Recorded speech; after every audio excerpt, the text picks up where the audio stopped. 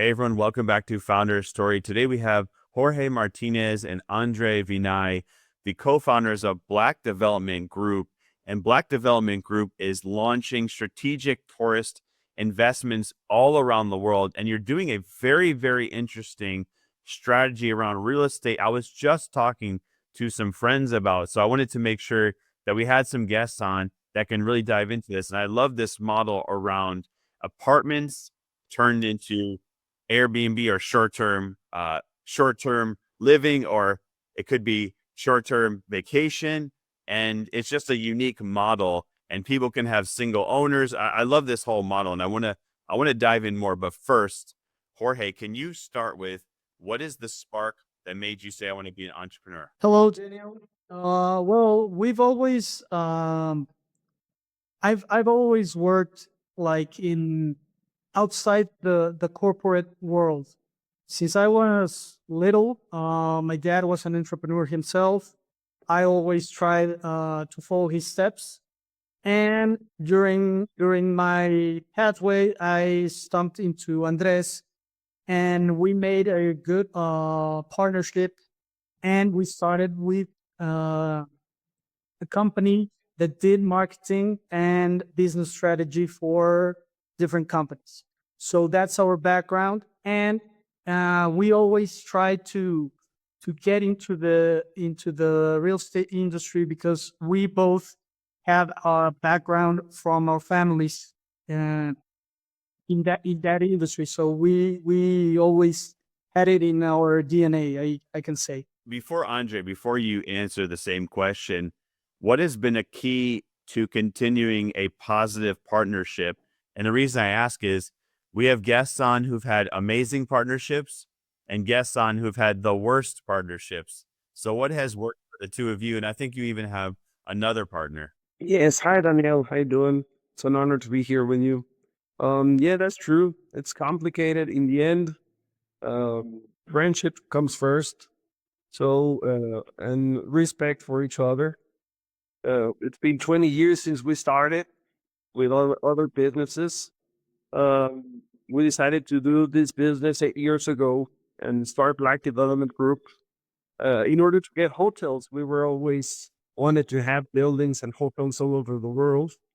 So we decided to start this company by doing that. When you thought to yourselves, okay, you had this other business before, and now you're going to get into real estate, but it's not like selling homes, right? You're selling something much bigger, resorts, apartment complexes. How this seems like a big task. How did you get into this? Well, first we wanted to sell like real high end apartments, and in the meantime, we looked that there was growing demand on what really the investors needed. That was to take care of their apartments because most of them don't know what it takes to take care of good care of your apartment, so everything works as it has to. So when we started on the mean principle in Tulum and Los Cabos, we wanted to have a model where you can buy your own apartment or house, and we as a model can make sure that everything goes and works as it should be, and you don't have to take care of anything on your end. So that's mainly what we wanted to create. I know a lot of people that tell me I want to create a hotel or a resort, but they don't realize how much work and effort and energy goes into not just building that, but you're building a brand, you're taking care of customers. There's so many intricacies that are involved with this. So when you look at where you're going as like the first step, how do you choose the areas that you're going into? Basically, what we did, we looked for places with a lot of tourism. You know, Tulum was a couple of years ago starting to get like a big boom. So we decided to start there. We looked for a piece of land, basically, and what we could afford. Okay, we got a couple of friends, and let's go and buy the land. we're gonna do this. We're gonna do an apartment complex, and we're gonna sell it like a hotel and operate it like a hotel. Everybody came up like, what? Yeah, basically it's an Airbnb reloaded. You get all these apartments, everybody's doing it by themselves. Instead of doing that, let's all do it with one person, one company, with one focus and one price, and we can get a better income out of it because of that. You're not competing with it with your neighbor. Your neighbor is your partner in the end. So what we did was that, okay, let's go, let's let's sell apartments so we can get enough money, to build it, because a hotel needs, it's a lot of money to be built. So we decided to build it through apartments. Then we came up with the idea of instead of getting our own brand, to come up to get close to these big brands like Wyndham and Marriott, and let's say if we can put as a brand, no? Then they say, yeah, of course we can. We can franchise the brand. We can give you all the things you need to do. The brand's done, the standards, and that could help us a lot with what we didn't know anything about hotels, right? So that helped us a lot in order to get the hotel the way it should be, the back office, and a lot of things that we didn't even know that existed, right? So we did that. We got with Wyndham, a brand that's worldwide, pretty big.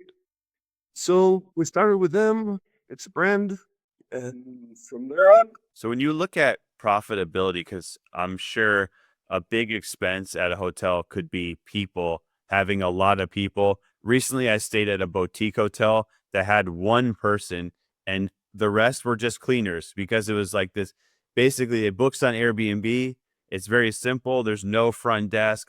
I was very fascinated with the models of some hotels versus other hotels. How do you see, the future of hotels, but at the same time maximizing profitability while you also have separate owners for many of the rooms? Yeah, as you say, the human resources are the key point in this business. So the less people you have working in your hotel on site is the most profitable for the company at the end.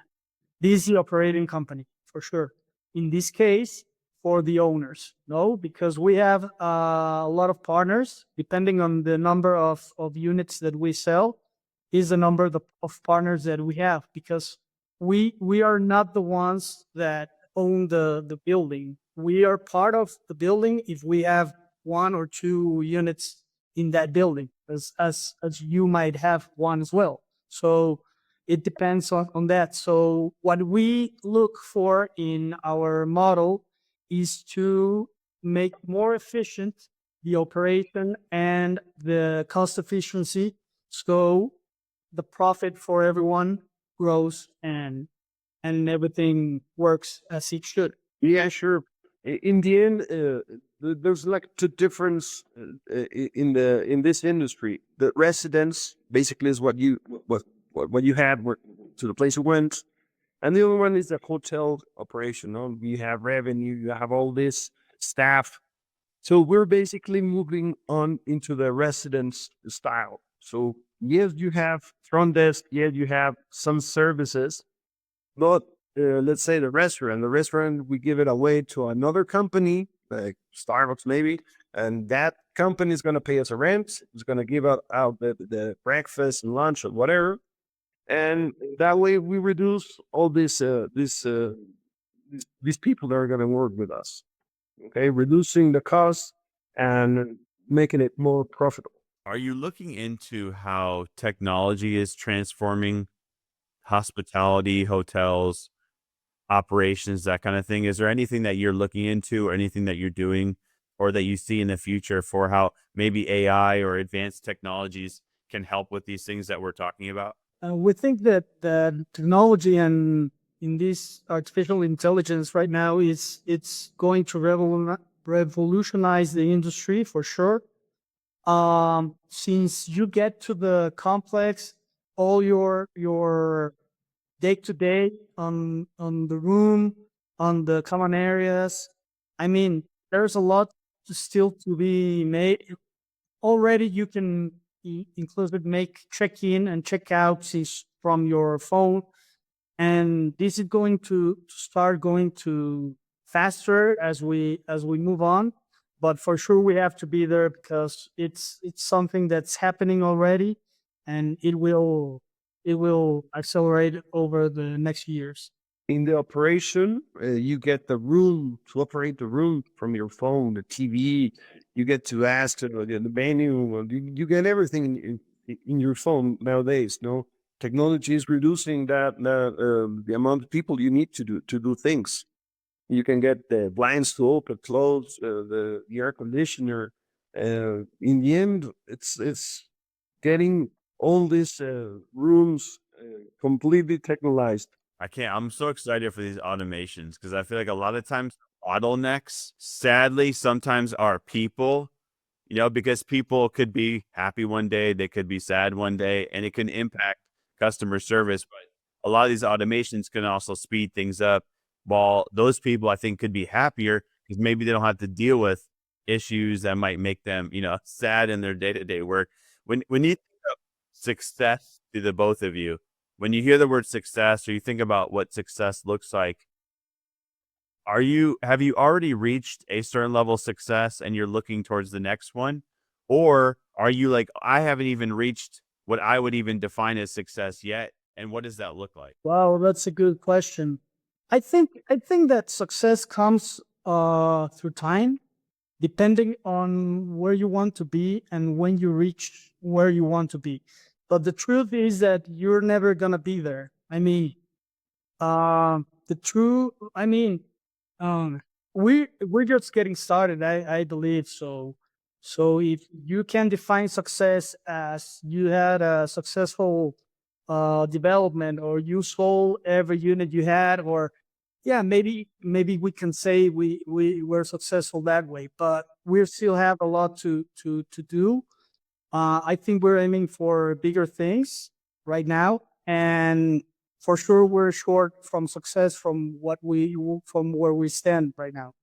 So what is your next milestone that you hope to achieve, or what are you working towards as the next successful milestone? We want to reach different countries. We want to move on into a worldwide company, not just regional. So that will be that next frontier, that next piece of success that you're looking for. And what other countries are you seeing? Because I know you mentioned in the beginning about you're looking at, hot tourist areas or busy tourist places. But where in the world are you seeing? Are you allowed to talk about that? Yes, of course.